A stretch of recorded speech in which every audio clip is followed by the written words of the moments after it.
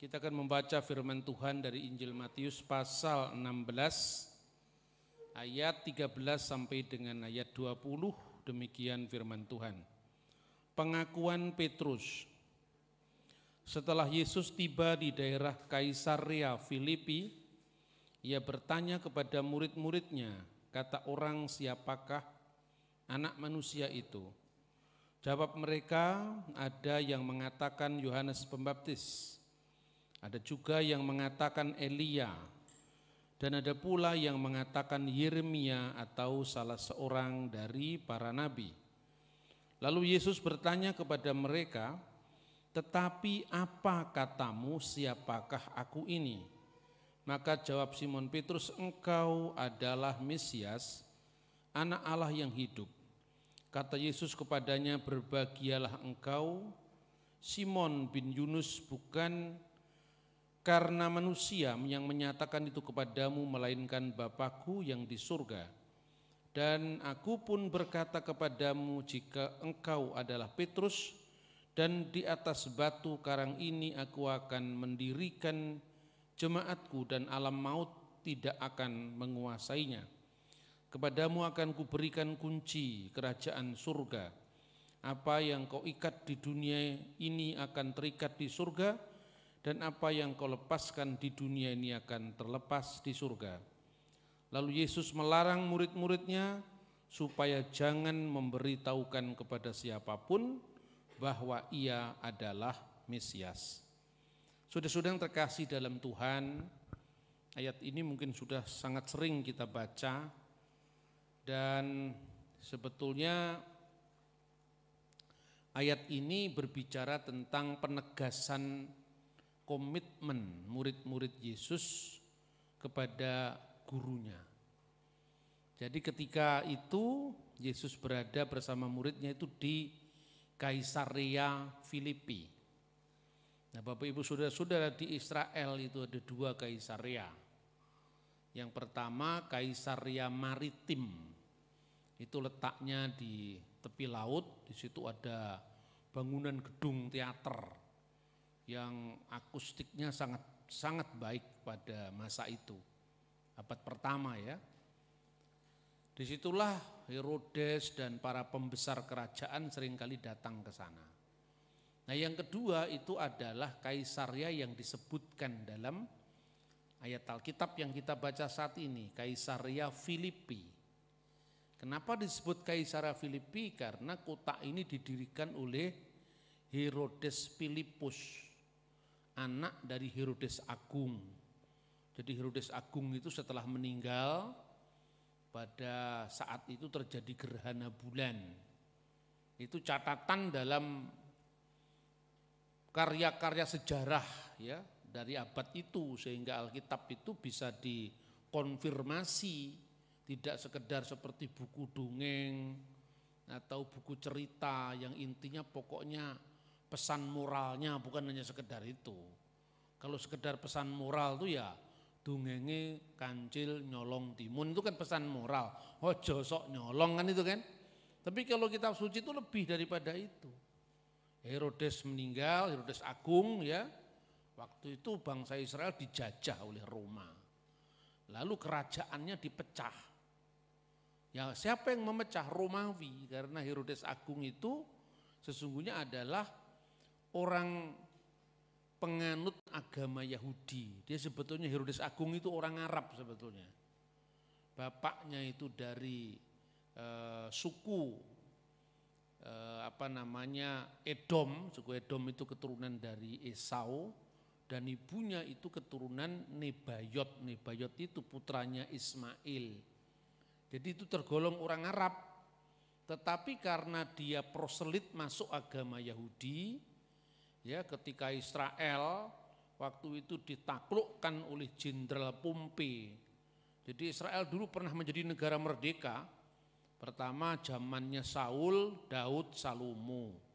Lalu Israel pecah menjadi dua, yang di utara ibu kotanya Samaria akhirnya, dan yang di selatan ibu kotanya Yerusalem. Kerajaan Israel dan kerajaan Yehuda. Kerajaan Israel tahun 722 sebelum Masehi ditawan di Asur. Kemudian kerajaan yang di selatan, Yerusalem, Bait Suci dihancurkan yang dibangun Raja Salomo itu sampai tahun 586 sebelum Masehi, dibuang ke Babel. Nah di Babel kira-kira 50 tahun bangsa Yehuda ini, negara Israel yang di sebelah selatan ini, kemudian berdasarkan edik itu kebebasan beragama, aturan kebebasan beragama dari Kores Agung, itu diizinkan jadi bekas tawanan Babel itu pulang ke negeri mereka masing-masing. Dan termasuk Israel diizinkan pulang ke negerinya, plus membangun bait suci bagi Allah Israel. Itu yang mengizinkan orang bukan Yahudi, namanya Kores Agung. Ini bukan sekedar cerita Alkitab. Anda bisa membaca itu namanya Prasasti Selinder Kores Agung. Nah, itu ada buktinya, tidak semua sekedar dungengi kancil nyolong timun, bukan sekedar itu. Yang penting ojo nyolong, kan itu kan.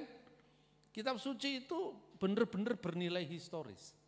Nah kemudian setelah pulang membangun bait suci yang kedua, direalisasikan zaman Esra dan Nehemia. Kemudian Herodes Agung, kemudian kerajaan ini pecah lagi, kemudian dinajiskan oleh penguasa-penguasa asing. Pertama dari zamannya Alexander Agung. Tapi waktu itu kebebasan beragama masih baik, sampai orang Yahudi menerjemahkan Alkitab kita ini. Dulu belum ada perjanjian baru waktu itu. Yang ada kitab suci perjanjian lama yang disebut dengan Tanak. Tanak itu singkatan dari Torah, kitab Taurat, terdiri dari 5 buku. Mulai dari Sefer Bereshit, Sefer Elishemot, Sefer Wayikra, Sefer Bamidbar, dan Sefer Elehadivarim. Apa itu artinya? Kejadian, Keluaran, Imamat, Ulangan, Bilangan. Bilangan, Ulangan. Ya, 5 kitab Musa. Itu singkatan Torah. Yang kedua Nebiim, nabi-nabi. Setelah nabi-nabi, Ketubiim, kitab-kitab yang lain dijilid jadi satu, namanya Tanak. Oleh orang Kristen disebut perjanjian lama. Jadi kitab suci kita ini satu kitab miliknya 2 agama. Agama Yahudi dan agama Kristen. Loh kan aneh toh? 2 kitab dimiliki 2 agama, tapi satunya percaya Yesus, satunya tidak percaya Yesus. Ayo nuduh palsu saiki. Ya toh? Kalau nuduh palsu itu kan enggak ada alasannya. Lah satunya enggak percaya Yesus, satunya percaya Yesus, kok kitabnya tetap sama. Berarti yang berbeda apa? Yang berbeda tafsirannya. Teksnya tetap sama. Orang Yahudi tidak percaya, Immanuel itu bukan Yesus, tapi tetap ayatnya ada. Kira-kira seperti itu ya. Itu dibuatlah terjemahan pertama kira-kira tahun 285 sebelum Masehi, namanya Septuaginta. Itulah yang diterjemahkan dalam bahasa Yunani. Habis zamannya Ptolemeus ini, setelah Alexander Agung menaklukkan Timur Tengah, Ptolemeus berkuasa, kemudian Israel juga di bawah kuasa pemerintahan Yunani di Syria. Namanya Seleukid, ya, dinasti Seleukos atau Seleukid. Nah di tempat itulah terjadi penajisan bait suci yang luar biasa.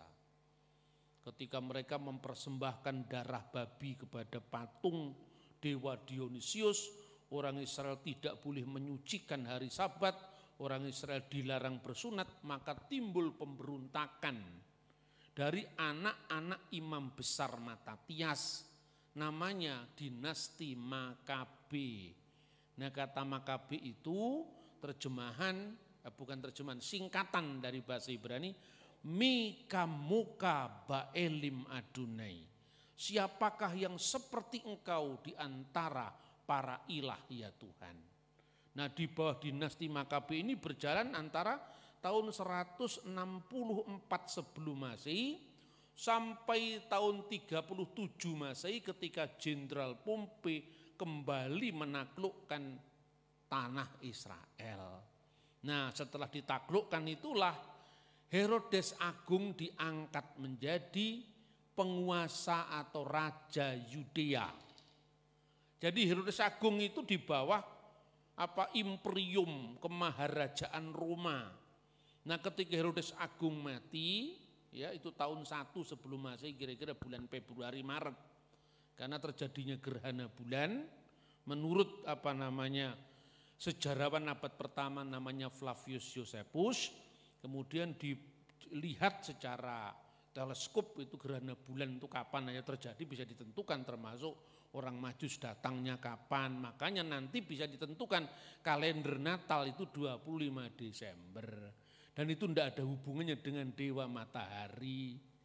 Ini orang-orang Kristen ini kalau nggak tahu sejarah itu akan mudah sekali diombang-ambingkan. Sekarang kan banyak gereja yang tidak mau merayakan Natal karena dewa matahari kok jorurwo, wacanane titik terbatas, tapi sombongnya tidak karu-karuan itu kan. Itu yang sering terjadi sekarang ini. Yaitu orang kemelinti, kalau bahasanya orang Blitar tuh wong kemelinti, kumawani kurang hati-hati, gitu. Ini sering terjadi. Nah, setelah Herodes Agung meninggal, kerajaannya dipecah supaya tidak bisa bersatu. Separuh negeri itu di wilayah Yudea itu diperintah oleh anak pertamanya Herodes Agung, namanya Arkelaus. Seperempatnya lagi diberikan kepada Filipus. Seperempatnya lagi diberikan kepada Antipas. Nah, Kaisaria Filipi ini wilayahnya Filipus, gitu loh ceritanya. Di utara tempatnya Kaisaria Filipi, dan tempat itu, saudara-saudara, dulu merupakan penyembahan dewa Yunani yang namanya Pan. Nah, Pan itu dewa yang sangat menggentarkan orang-orang Yunani. Di situ ada ceruk-ceruk gua, lalu batu karang. Sampai sekarang masih bisa dilihat.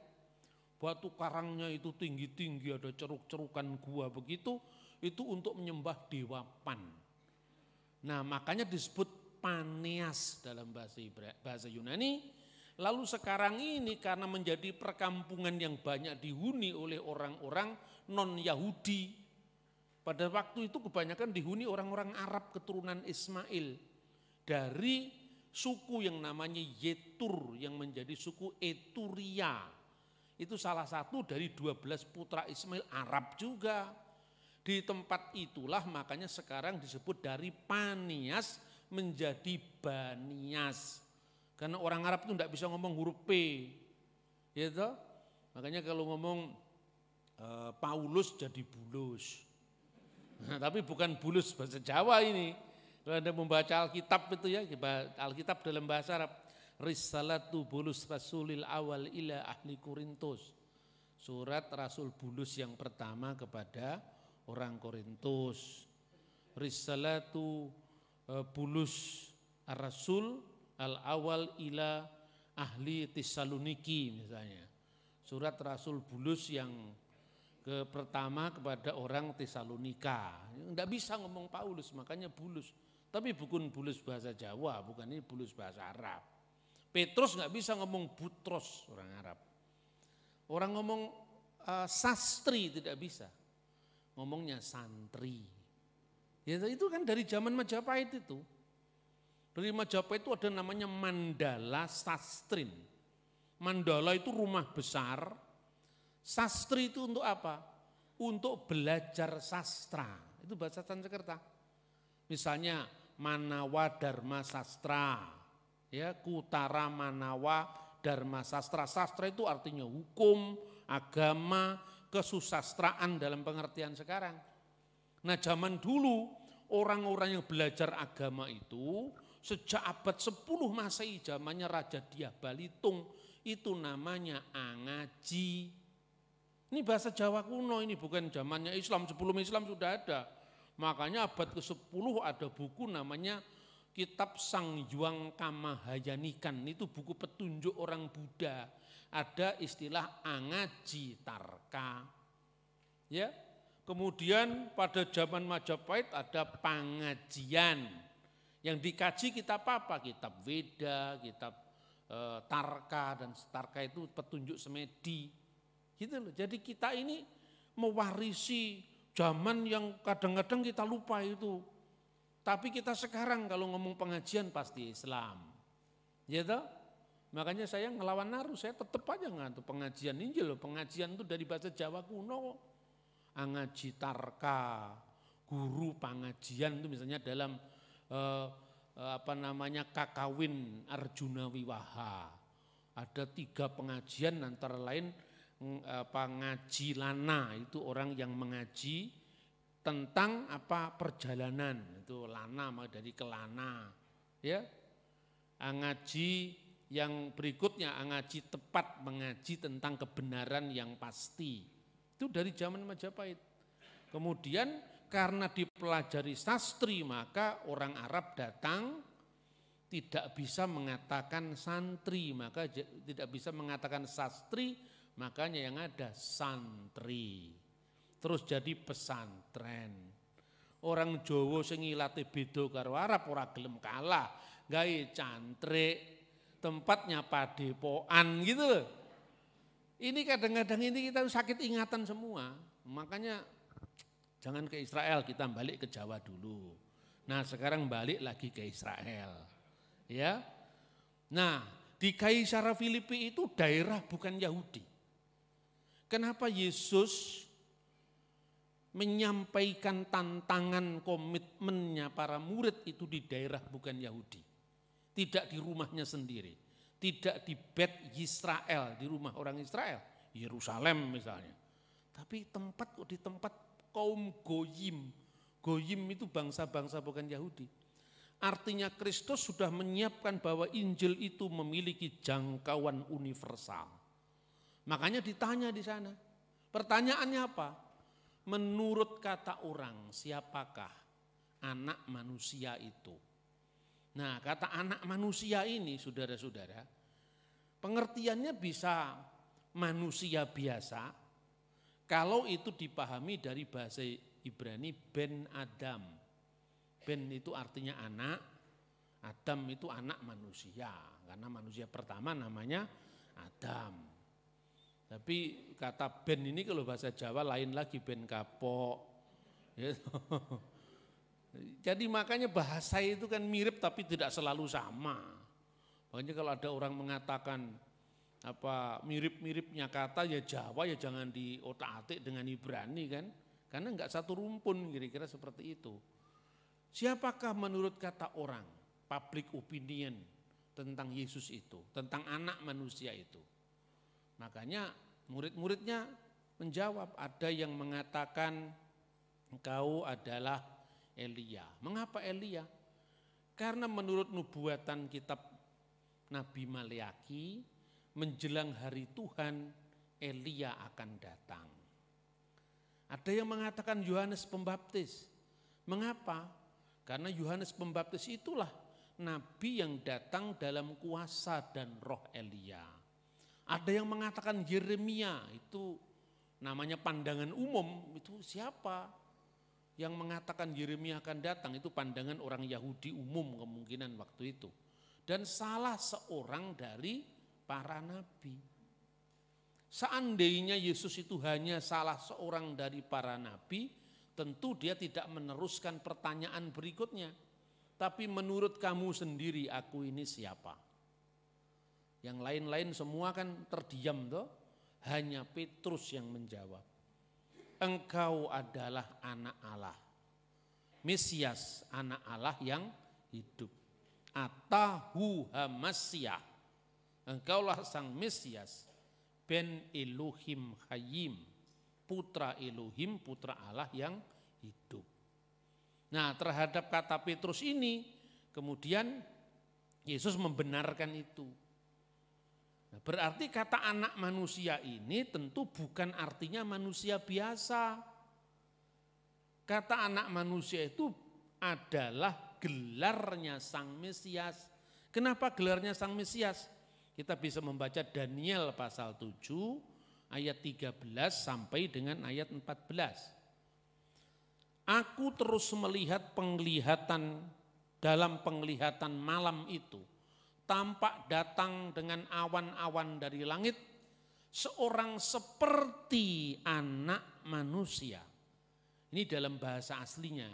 Kibar enas, ki itu seperti, bar itu anak, enas manusia. Nah kok bar bukan band? Ini bukan barudan, baratus, bukan.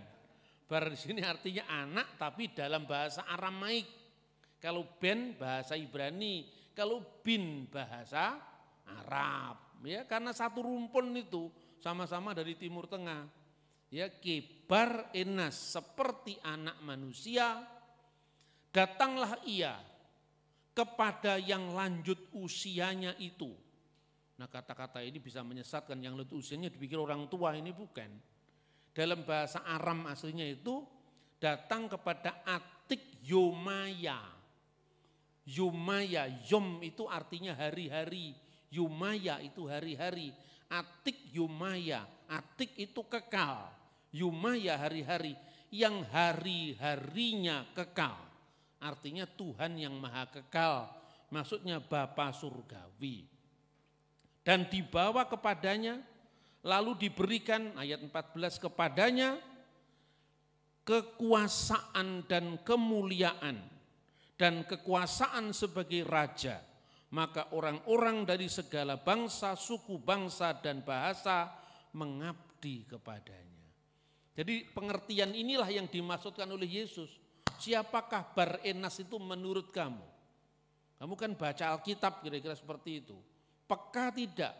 Saya ini siapa? Ya, karena apa? Ini dinyatakan sebagai raja segala bangsa. Dia memiliki kekuasaan atas bangsa, suku, bangsa, dan bahasa mengabdi kepadanya. Maka pengertian anak manusia itu adalah pengertian mesianis tentang sang juru selamat, bukan ben Adam, manusia biasa seperti pengertian Ibrani pada umumnya. Nah saudara-saudara, maka ketika Kristus diadili di Sanhedrin, Mahkamah Agama, para imam itu mendesak Yesus, siapakah kamu? Kenapa kamu diam? Kenapa kamu tidak menyatakan dirimu? Lalu apa kata Yesus? Markus pasal 14 ayat 62. Akulah dia.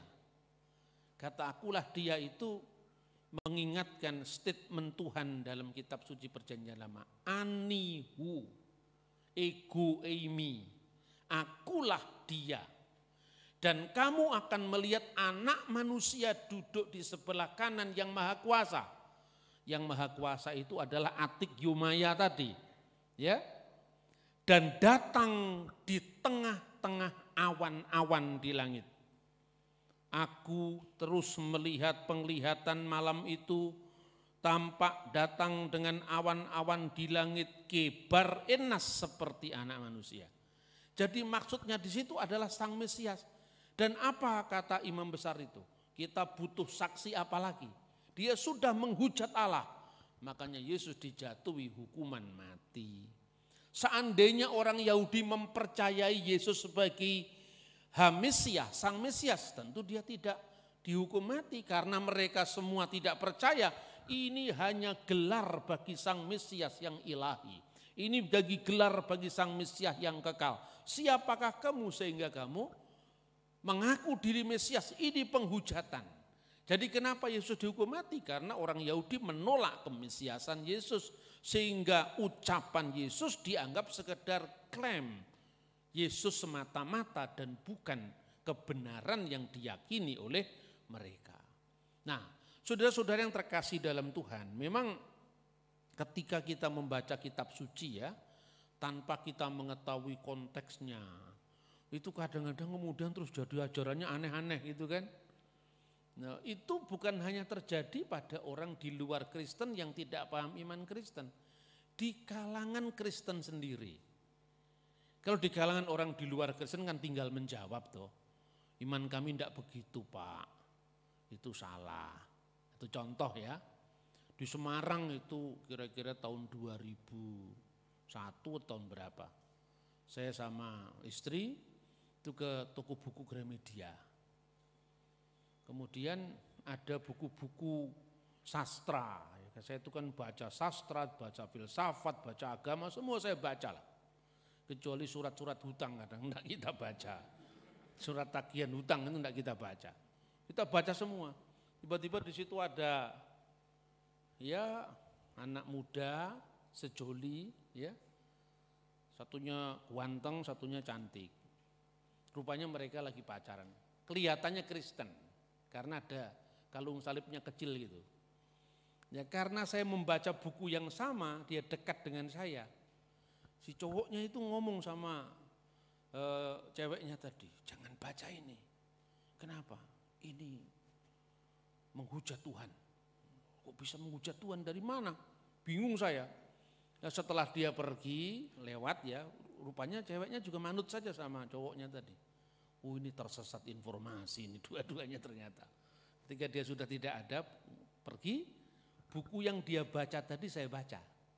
Sampul belakangnya itu tertulis, kalau selama ini ternyata bukunya Khalil Gibran. Khalil Gibran itu adalah orang Kristen Libanon, tentu bahasanya kan Arab toh. Dia mengatakan orang ini tidak percaya Yesus itu adalah Mesias, Yesus itu adalah Tuhan, kira-kira seperti itu. Pergi, oh rupanya buku ini yang membuat dia menyimpulkan kalau selama ini gereja mempermaklumkan Kristus sebagai Tuhan, maka Khalil Gibran hanya menyebut Yesus itu manusia biasa. Buku itu diberi judul, itu karya-karya penyair Libanon Khalil Gibran, judulnya adalah Sang Anak Manusia. Yesus Sang Anak Manusia, Yeshua Ibnul Insan, Yesus Sang Anak Manusia. Jadi artinya dipahami manusia biasa gitu loh. Makanya saya hubungkan dengan ayat Alkitab ini.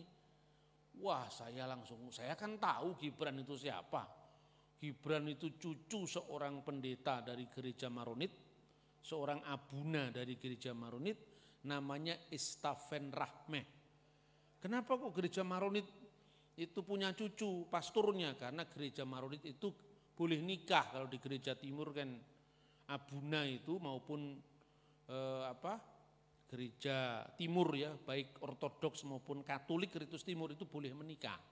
Kalau katolik ritus Latin enggak boleh menikah. Ya.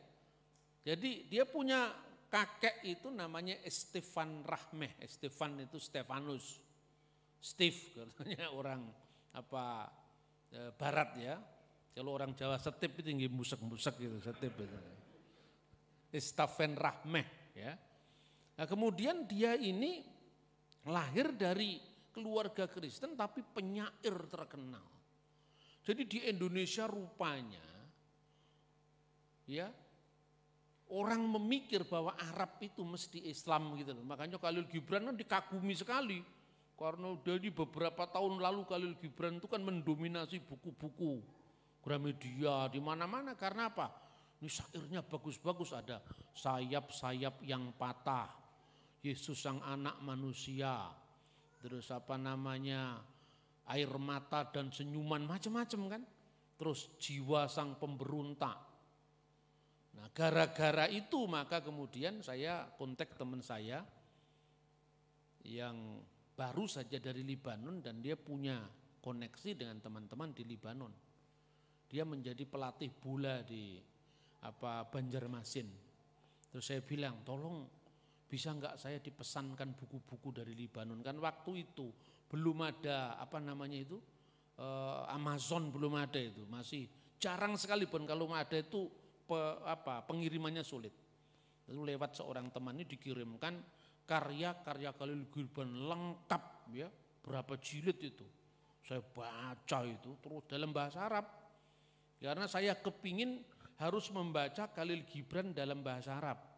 Karena tulisan Gibran itu ada sebagian dalam bahasa Inggris, aslinya ditulis dalam bahasa Inggris. Misalnya Jesus the Son of Man, Yesus Sang Anak Manusia. Tapi ada yang dalam bahasa Arab, misalnya Yasu al-Maslub, Yesus yang disalib itu bahasanya Arab. Nah setelah saya pelajari ternyata Gibran itu ketika nulis buku ya yang judulnya Yesus Sang Anak Manusia itu mengalir deras dari ilham jiwanya. Dia itu sedang jalan-jalan di pasar tua kota Nazaret. Jalan-jalan gini, pasar tuanya sampai sekarang masih tetap sama itu. Kalau kita naik ke gereja namanya Kanisah Al-Bisaro. Jadi gereja kabar baik. Jalannya naik begini, di sini pasar-pasar tradisional. Kakinya terantuk batu. Gara-gara kakinya kesandung itu dadi syair. Kira-kira lek wong Surabaya kakinya kesandung, binatang yang keluar jangkrik. Terus salai jangkrik ki opo? Ya bener enggak? Lo yang disalahkan jeduk jangkrik ora dadi syair. Makanya kalau kesandung bilang puji Tuhan nanti jadi syair. Syairnya jadi buku yang dikenal dengan Yesua Ibnul Insan. Yesus sang anak manusia. Bukunya sudah jadi, mau kepercetakan. Belum ada judul. Ini sejarahnya begitu. Dia menghubungi temannya. Nah, temannya itu seorang abuna dari gereja Syriak Ortodoks. Namanya adalah Antoni Basir. Bukan Abu Bakar Basir. Ya sama-sama Arabnya nama-nama begitu kan, nama-nama orang Arab itu nama seorang pastor, nama seorang abuna. Lalu konon kisahnya abuna ini memberikan usulan. Ini kan bicara tentang sosok Kristus, sang firman yang menjadi manusia. Firman yang kekal yang menghempaskan diri dalam drama kemanusiaan. Sehingga firman itu menjadi darah dan menjadi daging katanya. Lalu diambillah teks dari Daniel pasal 7 itu. Yang tadi kita baca tadi loh. Maka terus diberi judul Yesua Ibnul Insan. Yesus sang anak manusia. Nah pertanyaannya sekarang. Sing salah sopo? Ojo kesusu nyalah nih Islam. Islam ora salah, ora roh kok. Salai Kristen ora roh. Kristennya kan kita enggak tahu kalau Gibran itu seorang penyair besar. Yang dari gereja Maronit kita enggak tahu kan. Maka ketika teman-teman kita yang menerbitkan menjadi buku, diterbitkan di Jogja itu. Judulnya Yesus sang anak manusia, terus dipahami seolah-olah artinya manusia biasa, yaitu bukan salahnya dia. Wong dia yang enggak ngerti kan. Nah, agama itu tidak perlulah kita harus saling bertengkar, saling menghujat. Kan semua bisa dibicarakan sambil minum kopi. Iya toh? Ini orang kan sekarang ini kan usumnya debat-debat itu loh. Saya paling enggak suka itu. Saya ini orang Indonesia. Orang Indonesia itu ilmunya itu ngono ya ngono ning aja ngono. Ya toh? Wong barat enggak ngerti. Apa itu artinya? Begitu ya begitu, ya begitu ya begitu Pak. Oh, enggak, belum selesai. Nanging ojo ngono tapi jangan begitu. Loh maksudnya apa? Bingung saya, orangnya ndak utekmu. Ya toh? Karena kalau kamu hidup di masyarakat pluralistik, kamu akan paham. Karena begitu itu bukan hanya satu aspek. Gitu loh. Kalau budaya barat itu kalau enggak ini ya itu gitu loh. Kalau orang kita enggak mau ini atau itu enggak. Yoiki yoiku. Bukan ini, bukan itu. Bukan ini, bukan itu. Ini atau itu. Kalau orang barat lek ora iki yoiki gitu loh. Lek orang Jawa enggak ngono. Ini utawa iki. Dudu iki ya dudu iku. Contohnya apa? Ini pola pikir ngono ya ngono ning aja ngono ya. Sebagai antitesis dari ini atau itu enggak. Saya enggak mau ini atau itu. Satu contoh. Saya bicara di teman-teman lintas agama. Kemudian mungkin perkataan saya terlalu tajam mengkritik. Ini namanya saya masih muda. Itu dijawil teman muslim saya, Mas, coba banter-banter katanya. Maksudmu apa? Sampean kan minoritas. Nah iya toh, biasanya kan gitu loh. Saya kan nggak pernah minder dengan itu. Saya bilang, siapa bilang saya mayoritas? Kebetulan teman ini orang Padang. Enggak, saya mayoritas. Kamu yang minoritas. Enggak bisa Mas, Islam mayoritas, aku Jawa. Jawa itu mayoritas, kamu Padang kalah dengan Jawa saya bilang. Ya loh? Kemudian dia bilang, bukan itu Mas loh, sing milih kuwi sapa? Aku enggak milih kuwi kok. Lah kalau pola pikir barat ini atau itu kalah saya. Tapi karena pikiran saya, yo iki, yo iku. Ya toh? Yang saya maksud ini bukan soal minoritas agama, mayoritas agama tidak, tapi mayoritas suku. Kebetulan suku Jawa paling wakeh jumlahi. Aku milih Jawa kan terserah aku. Aku seneng aku milih Jawa kok. Bingung dia. Tapi lu nggak ada tapi, ini negara kita nggak ada mayoritas minoritas. Cuman yang mayoritas jangan menindas, yang minoritas ya tahu diri, gitu saja cukup kan? Iya toh? Jadi ini begini ya begini, tapi jangan begini. Ngono ya ngono, nanging aja ngono. Ngono ya ngono itu in prinsip. Ya principally, pada dasarnya harus begini. Tetapi jangan begitu, ning caramu aja ngono gitu loh. Kan enak toh?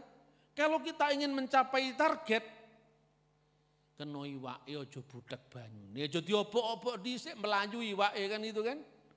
Ya, terus di atas dasar itu ilmu tertinggi yang saya ajarkan kepada Anda, itu ilmu strata 3, S3. S3 itu bukan doktor tapi sluman-slumun selamat. What is the meaning of sluman-slumun? Ini angel diterjemahkan. Karena kalau Anda mengerti sluman-slumun selamat ya itu enggak bisa diterjemahkan dalam bahasa Inggris. Yaitu soal apa? Kepekaan kita membaca tanda-tanda zaman. Wong Jawa itu kadang-kadang gampang sungkan. Maka kalau ngamuk-ngamuk kayak nopopi. Dikit-dikit nanti kan enggak jadi ngamuk. Nah itu saudara-saudara. Kesalahpahaman sini sering muncul ya. Karena sering sekali saya melihat ini. Kemudian ketika itu saya tulis buku ini. Nah, Yesus yang disalib. Yang memberi kata pengantar ini dosen Universitas Islam, agama Islam, IAIN dulu sekarang UIN, Sunan Kalijaga. Sahabat kami Pak Kumaiti Romas. Ini terbit tahun 2003. Kenapa tiba-tiba saya bawa ini? Saya baru nemu di gudang tadi pagi. Loh ini kok enak buku kuis dikrikiti tikus begini. Ini di gudang. Jadi artinya pagi ini sebelum saya ke Surabaya, ke BPPS, saya mendapatkan pesan, terbitkan lagi buku itu Eman-Eman. Punya nilai sejarah. Ini nanti sebentar lagi saya terbitkan lagi. Ya, sudah ada banyak buku saya di belakang itu. Buku itu semua hasil dari pergumulan. Pergumulan menghadapi, mengamati situasi. Termasuk bagi saya, iman itu tidak bisa dilepaskan dari sastra, budaya, seni. Tidak bisa dilepaskan dari situ. Karena apa? Di mana kita berakar, di tempat Tuhan izinkan kita hidup, ya kita harus memberkati sekeliling kita. Tapi kita juga diberkati dengan kearifan-kearifan lokal yang ada pada kita.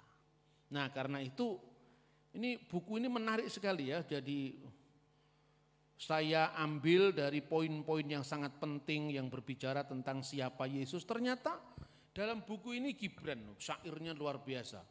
Kristus telah bangkit dari kematian, dikasih syair sendiri itu. Dikasih ungkapan yang sangat indah tentang siapa Kristus itu misalnya. Pandanglah Yesus orang Nazaret yang bersemayam di kalbu cahaya tertinggi. Pandanglah gembala yang baik. Betapa hewan-hewan ganas itu telah mencapik-capik tulang belulang domba-domba kurus dan lemah yang kau panggil sendiri, yang kau panggul sendiri di kedua pundakmu. Sesungguhnya rintihan perih orang-orang yang menderita dari sudut-sudut kegelapan tak didengar oleh orang-orang yang duduk di atas singgasana, dan ratapan orang-orang berduka tak didengar oleh para pengkhotbah di atas mimbar. Ini termasuk nyindir saya ini. Datanglah kembali oleh Yesus yang Maha Hidup. Lemparkanlah para penjual agama itu dari bait sucimu. Sungguh mereka telah menjadikan bait sucimu sebagai lorong-lorong berliku dengan ular besar menghadang, dan ular itu adalah tipuan belaka. Ini kritik pedasnya terhadap rezim keagamaan yang menindas rakyat. Dan para penjual, penjajah, pengasong agama. Bukankah ini relevan dengan kita sekarang? Kalau segala sesuatu dicap sebagai agama itu mesti laris manis untuk digoreng di medsos, ya kan? Ini sebetulnya kritik sosial yang disuarakan, minimum dia berbicara tentang lingkungannya sendiri dulu, ya. Kemudian dia mengatakan begini, sehingga Kristus disebut sebagai sang anak manusia itu bukan berarti manusia sembarangan, manusia biasa, tapi artinya gelarnya sebagai Mesias yang akan datang, yang disebut sebagai sang anak manusia. Wa indama takalamallahu hakadha kanal masih kalimatuhu al-awal. Ya. Kemudian Allah berfirman dan Kristuslah firman pertamanya. Nah ini. Kemudian terakhir dia mengatakan, jadilah dia firman pertama yang keluar dari Allah yang dinyatakan kepada dunia. Suara sang firman itu kini menjadi daging dan darah. Ini mengingatkan apa yang dicatat dalam kitab suci. Yohanes pasal 1 ayat 1 dan seterusnya. Fil badi'il kalimah, fil badi'il kanal kalimah, wal kalimatu kana indallah wa kana kalimatullah. Hadza kana fil badi indallah, kullu say'in bihi kana wa bi ghairihi lam yakun say'un mimma kan. Almastulillah hida iman. Iki Alkitab, itu Al-Quran. Yohanes pasal 1 ayat 1 sampai dengan 3. Ini ada di buku saya ini loh. Ini teks kitab suci bukan Al-Quran. Karena orang Indonesia itu kalau bicara Arab ya pasti Islam. Padahal Gibran ini bukan Islam, dia orang Kristen. Sebaliknya kalau itu Ibrani, Israel pasti Kristen. Padahal enggak juga. Contohnya ada lagu-lagu rakyat di Israel itu. Hafa nagila niranina, hafa niranina. Itu lagu rakyat. Tapi di sini kan jadi lagu gereja, ya enggak salah juga. Tapi orang enek Gusti Allah lain yang kunur enek. Itu ditanya kepada saya, itu intinya apa Pak? Marilah kita bergembira. Kalau orang Indonesia sorak-sorak bergembira. Seperti itu. Ya toh? Tapi karena Ibrani dan orang Kristen bangga kalau ngibrani. Ngibrani itu artinya jadi ke Ibrani-Ibranian. Kalau Arab ngarab. Ke Arab-Araban. Akibatnya apa? Pesan agama yang sesungguhnya, pesan iman yang sesungguhnya malah dilewati. Yang dijual simbolnya. Maka agama itu harus, iman itu harus beyond simbol. Harus di atas simbol kita berani itu. Karena apa? Contoh sekarang. Apa Arab itu mesti Islam? Pasti tidak. Tetapi bukan berarti setiap Arab itu sama. Ya toh? Satu contoh misalnya ya. Boleh enggak orang Kristen mengucapkan insya Allah? Boleh. Tapi kalau Anda berdoa Al-Fatihah boleh enggak? Enggak boleh, karena itu formula Islam. Kata insya Allah itu ada di dalam Alkitab, tapi Alkitab bahasa Arab. Kalau tidak salah itu muncul 2 kali. Satu insya Allah, satunya lagi insya Arab. Ya. Jadi satunya itu jikalau Tuhan menghendaki, ya, insya Arab, satunya insya Allah. Kalau Allah menghendaki. Misalnya disebutkan di dalam surat Yakobus pasal 4 ayat 15. Ya, itu jika Allah menghendaki kami akan hidup berbuat ini dan berbuat itu. Jadi sebenarnya kamu harus berkata, jika Tuhan menghendakinya kami akan hidup dan berbuat ini, artinya bisa berbuat ini, bisa berbuat itu. Dalam teks bahasa Arab, ada yang menerjemahkan insya Arab, ada yang menerjemahkan insya Allah wa isna naf'alu hada audaka. Insya Allah, kalau Allah menghendaki, ya, wa isna dan saya hidup, naf'alu bisa berbuat, kita bisa berbuat hada au daka, ini atau itu. Tapi kalau Anda bikin kata sendiri insa Yesus ya diguyu wong. Iya enggak? Lu mana ada bahasa Arab Yesus ya kan? Bahasa Arab kan Yesua, jadi jangan sembarangan itu loh. Jangan sembarangan. Kalau sembarangan bisa kita undang-undang penodaan agama. Karena pasal 1 Undang-Undang nomor 1 tahun 1965 itu salah satu apa yang diklasifikasikan sebagai delik penodaan agama itu apa? Membuat kegiatan keagamaan yang menyerupai agama yang dianut di Indonesia. Ya.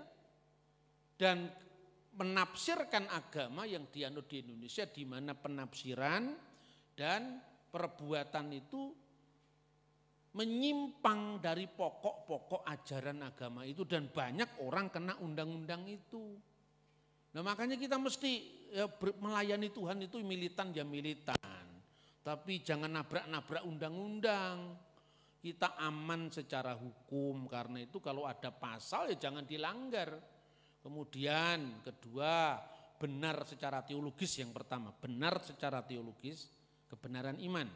Kedua, ramah secara budaya. Senyum itu berpahala, merengut diketaki wong kita ini. Ya toh, wong kok menjengkelkan ratau guyu. Wong guyu ki sehat saudara-saudara. Sering seliah tertawa tapi ojo terus-terusan. Ya kan? Ya. Berikan senyum, ya, sering-sering bersenyum itu sehat itu. Jadi ramah secara budaya, aman secara hukum, ya. Bersaksi tanpa melukai. Gitu loh. Saya itu kadang-kadang juga heran ya. Kenapa ini kan sekarang ini gejala yang namanya gejala yaitu murtad atau mu'alaf atau apa itu sekarang kok jadi tren gitu loh. Saya kadang-kadang lihat begini tuh ini bukan Indonesia ini. Itu contoh misalnya 5 artis mu'alaf, yang ketiga mengerikan. Apa nih mengerikan? Bukan mengerikan apalah, pokoknya karena saking tidak senengnya baca makanya salah-salah saya baca. Ya, 5 artis murtad, yang ketiga menginspirasi. Ya gitu-gitu kan bukan orang Indonesia itu. Orang Indonesia itu ya gitulah, yang ngono ya ngono ning aja ngono. Itu kan melukai orang lain kalau begitu. Ya, coba misalnya Anda seneng sekali kalau ada orang muslim terus kemudian disuruh-suruh ke gereja, kira-kira lek kuwi bapakmu kira-kira piye? Jadi tanggapi masjid sebelah. Ya toh? Kira-kira dhewe iki terus piye? Ya ngono ning aja ngono lah. Dulu saya pendeta di sebelah itu. Coba kayak apa perasaan kita? Maka gunakanlah bukan sekedar rasio tapi rasa. Rasa pangrasa itulah yang menyatukan kita dengan orang lain. Seharusnya dakwah agama itu bukan sekedar dakwah verbal, tapi juga dakwah perbuatan. Ada 3 kriteria kebenaran. Ortodoksia, menyatakan kebenaran. Apakah dengan saya menjadi ramah berarti kebenaran dikorbankan? Tidak juga. Dari dulu sampai sekarang pelayanan saya selalu berbicara di pesantren, saya bicara di forum-forum lintas agama sampai hari ini. Nanti malam saya mengunggah webinar saya bersama Ibu Musdah Mulia, nonton ya nanti malam jam 7 di YouTube saya itu, YouTube channel resmi saya loh, jangan channel yang lain. Kenapa kok saya mengatakan begitu? Lah ini nama saya ini dibajak oleh YouTuber Kristen itu. Dikasih judul yang heboh-heboh. Bambang Nursena membungkam mulut Zakir Naik, ketemu ora tahu kok. Ini bahasa-bahasa begini kan bahasa polemik, bahasa perang. Ya toh, sampai saya ditegur sama temen NU saya. Mas, kok sampean saiki berubah loh. Sing berubah apa nih, nyolot tuwek iya betul. Kok ya nyolot tuwek pisan. Bukan gitu Mas. Itu loh YouTube itu. Mana saya bilang saya jarang nonton YouTube. Ini dilihat, oh iya kok judulnya kayak gini ya. Saya tahu kan, begitu saya lihat, oh ini saya ngomong di gereja, ini saya tahu ini. Coba setelan sampai entek. Tak tunggu nih ya.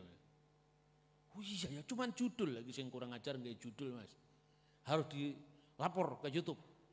Nggak bisa lapor karena saya enggak punya channel. Akibatnya di masa pandemi saya bikin channel sendiri. Yang bikin dia istri saya ini tukang film ini, pinter ya itu. Gawe tukang film. Kalau Mandra kan tukang insinyur katanya. Itu. Ini tukang film. Itu karena apa? The power of kepepet. Saya tidak ingin apa yang saya rintis susah payah membina hubungan baik, tapi tanpa kehilangan pesan Injili. Itu rusak karena ngejar viewer. Ini duitnya ternyata baru saya tahu itu. Sudah bertahun-tahun itu nama saya tuh di YouTube kan di mana-mana. Baru ngerti saya ternyata uangnya itu. Cuman Tuhan memberkati saya yang tidak mata duitan. Ya toh? Sing moto-moto duitan tuh kapan itu bertobat itu? Karena apa? Ini merusak pelayanan orang. Akibatnya saya bikin YouTube itu. Bikin YouTube itu belum 2 tahun itu sekarang sudah lumayan juga viewernya subscribernya sudah 182.000. Belum 2 tahun itu. Artinya apa ya?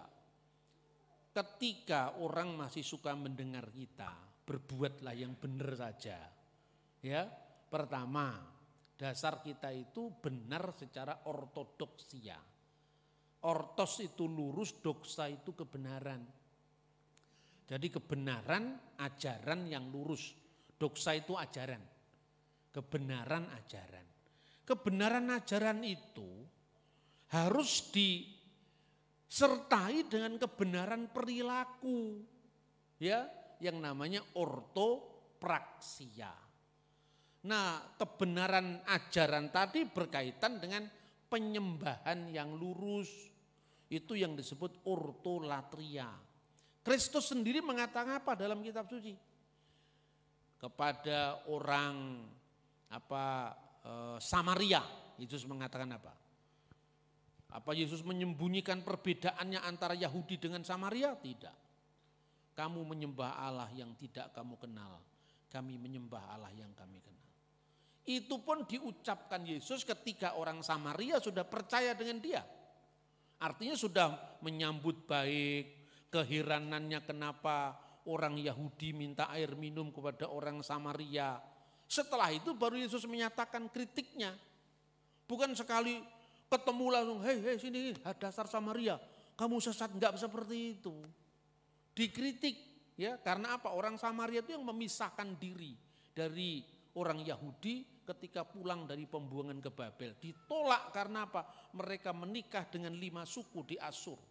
Suku Babel, Awa, Sefarwaim, Kuta. Makanya para rabi Yahudi menyebut Kutim itu di mata orang Yahudi kekeliruan. Makanya kamu menyembah Allah yang tidak kamu kenal. Karena Allah yang kamu sembah itu disinkretiskan, dicampurkan dengan dewa-dewa Asyur. Tapi kami menyembah Allah yang kami kenal. Dan Yesus mengatakan karena keselamatan datang dari bangsa Yahudi. Tapi kelakuannya dipuji Yesus. Ketika Yesus mengatakan orang Samaria yang baik hati. Ya kan? Artinya seorang yang memiliki pandangan yang mungkin tidak sesuai dengan harapan kita. Kalau menurut kita ukurannya iman kita. Itu bukan berarti buah-buahnya tidak kita akui.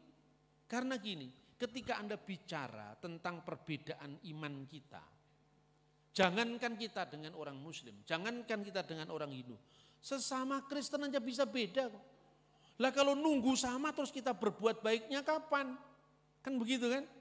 Makanya ketika kemudian kita belum bisa sepakat pada satu titik kebenaran iman, maka tunjukkanlah dengan buah-buah roh, yaitu perbuatan-perbuatan yang merahmati, yang memberkati, yang bisa dirasakan oleh orang lain sekalipun berbeda agama dengan kita. Makanya Gus Dur mengatakan, kalau kamu berbuat baik pada semua orang, orang tidak akan tanya agamamu apa. Ini pentingnya ortopraksi. Jadi yang pertama tadi, menyembah tadi kan urusan ortolatri. Keselamatan datang dari bangsa Yahudi, artinya Yesus tidak mengkompromikan imannya. Itu bicara tentang kebenaran ajaran. Baru yang terakhir itu adalah kebenaran perilaku. Ya, kebenaran ajaran, kebenaran penyembahan, kebenaran perilaku. Berbanding terbalik dengan orang Farisi. Yesus mengatakan apa? Mereka telah duduk di atas kursi Musa. Apa artinya? Ketika orang Farisi mengajar, silakan didengarkan. Tapi kalau dia punya kelakuan, ojo kok contoh. Karena ortodoksinya diterima oleh Yesus, ortopraksinya amit-amit. Jangan dicontoh. Mereka itu seperti apa? Seperti kuburan yang disaput putih bersih, tapi dalamnya tulang-tulang berserakan. Gitu loh kira-kira. Makanya Yesus mengkritik mereka. Tetapi metode pengajarannya diterima.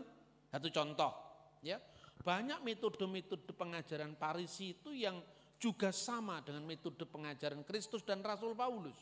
Misalnya, kamu telah mendengar hukum Taurat, ya, hukum nenek moyang kita, jangan berzina. Tapi aku berkata kepadamu, barang siapa melihat seorang wanita dan dia mengingininya, maka dia telah berzina dalam hatinya. Itu yang disebut seyak la Torah, membangun pagar mengelilingi Taurat. Jadi artinya apa? Ini Taurat. Taurat itu kan isinya aturan-aturan, ya. Artinya kalau bahasa kita sekarang, mana yang dikriminalisasikan, ini yang enggak boleh, mana yang diperbolehkan, itu Taurat. Ya. Taurat hanya menunjukkan kepada kita ini perbuatan yang benar, ini perbuatan yang salah. Kalau kamu berbuat ini sanksinya ini. Tapi Taurat tidak punya kekuatan kepada kita. Dia hanya memberi hukum. Makanya Alkitab mengatakan karena hukum Taurat itu datang dari Musa dan kasih karunia datang dari Yesus Kristus. Kasih karunia itu misalnya apa? Bukan sekedar ditunjukkan ini tidak boleh, ini boleh. Kalau itu terjadi di negara komunis juga orang tidak boleh nyuri kan? Coba kalau orang nyuri di negara komunis. Ya dihukum karena apa?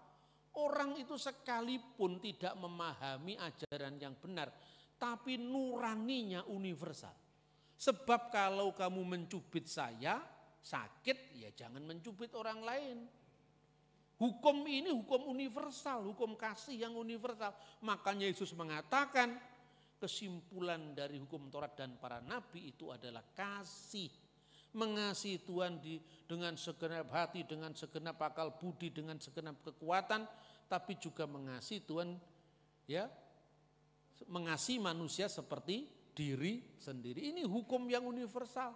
Nah, kekristenan itu memberikan, ya, sublimasi, memberikan higher of tracking, itu istilahnya Bung Karno.